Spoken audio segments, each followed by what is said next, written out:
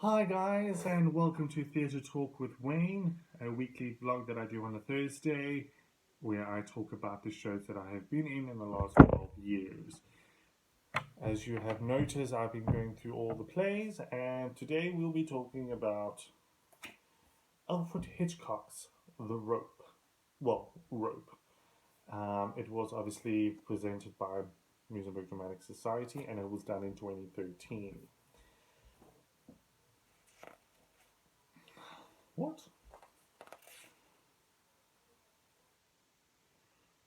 The unexpected man. How weird. So, Alfred Hitchcock's Rope, adapted from the screenplay by Arthur Lawrence and directed by Alistair Duff. In 1929, Patrick Hamilton wrote the play Rope's End, based on the notorious crime of 1924. Two young men, Richard Loeb and Nathan Leopold, both successful and well-to-do, murdered a young acquaintance just for the thrill of it. They had both been obsessed by the theories of Nietzsche, which basically suggested that people of superior intellect had the right to take the lives of those inferior intelligence. In 1947, Alfred Hitchcock formed his own film company, Transatlantic Pictures, and, using the basic outline of the plot of Rope's End, assigned the talented Hollywood scriptwriter Arthur Lawrence to construct a vastly different story as the screenplay of his first Technicolor movie. Such stars as James Stewart and Farley Granger were signed up, and the film was made in less than 1 month. An unusual feature was that the film was made as one continuous take, something never tried before. Oh, 1912, you liars. I saw the film last year, and because of it was setting and no outtakes or exteriors, felt it would make an entertaining play. Working from a film script rather than the play text was a challenge, but not insurmountable. After 50 plus years, the story is still fresh and original and has survived the passage of time. Now I remember what happened in the play. My character was, I think, was a medium role. I actually cannot remember what my character was supposed to be. I'm trying to figure out if I was friends with the two leads in the rope. It was a very fun play. I think the biggest thing that I can recall was that this was a production I also did with my cousin Nikki. Um, I will tell you why cousin Nikki is so prominent in my life when I do a video on Cyprian, which was done in the same year as the rope. We used to go before a rehearsal. We used to go to Cape Town Fish Market and have sushi and copious amounts of wine, and then go to rehearsal. Now, guys, if you know me, that is a terrible idea. Such a terrible idea. Um. So what happened? Yes. So we are at Cape Town Fish Market in Steenberg, and we're at the conveyor belt of all the sushis. And I was drunk, and then I swear to God, I am sure that Jacques Callis, which is a well-known South African cricket player, was sitting on the opposite side of me. So I was like saying to my cousin Nikki, Nikki, look, it's Jacques Callis. But then she was playing it down to keep me down. I said, no, it is. And then I googled and I said, see, he looks just like him in the in the picture.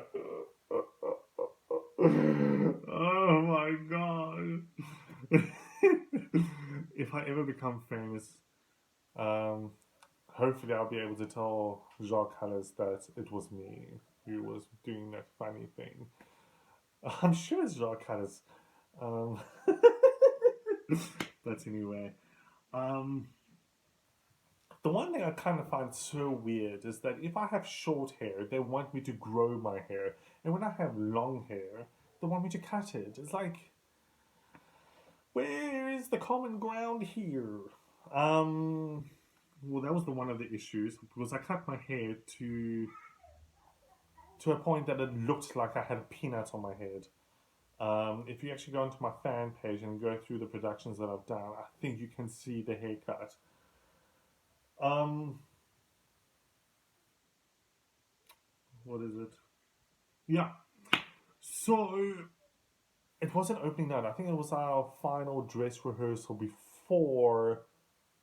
um, before the final dress rehearsal with an audience, and one of our leads um, was on stage, and I was in the green room, and the next minute we heard, "Help! Help! Someone call Nikki!" Because Nikki is a trained first aider because she's an au pair in her day job.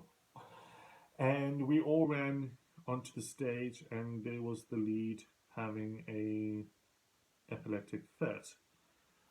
And it was, to me, the most scariest thing I've ever seen on stage. Um, because in his fit, he was looking at you, but he was looking through you, not at you. And it was, wow, it was scary. So I was also very good friends with the stage manager at the time. Okay, so this is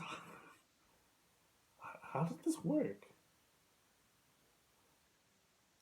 So the stage manager went to the hospital with the actor, and then my cousin Nikki locked up the theater, and then I think we drove the stage manager's car.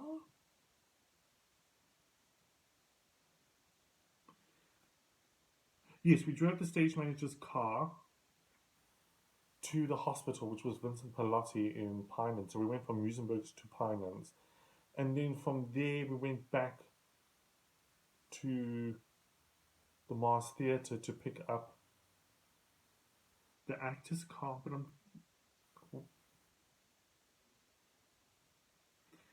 was it the actor's car?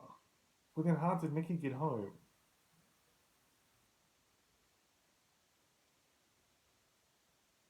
Shit. I don't know. All I do know that we managed to get the car, the actor's car, to the stage manager's house during this time, and then a friend of the actors came and picked up the car. That was intense, and while the actor and the stage manager was at the hospital, we still continued rehearsing. Um, I do notice that when something happens within the cast, we still go with the flow. Uh, we we help and support each other, um, so the show can go on. And I think he was in the hospital for 2 days, and then he was back at rehearsal um, with no issues whatsoever. Um, Not a lot of stories from this play though, but it was very gripping. I really enjoyed being in this show. It was really, really nice. Did we just do this in one take? I fail to believe this. Right, thank you very much for joining me on this lovely Thursday. It's probably raining. This was shot a few weeks ago. Um, if you want to be notified for more, you can subscribe, click on the bell. I'm doing those things now. If you want to know more information of the producers of this show, that will be in the description down below. Bye.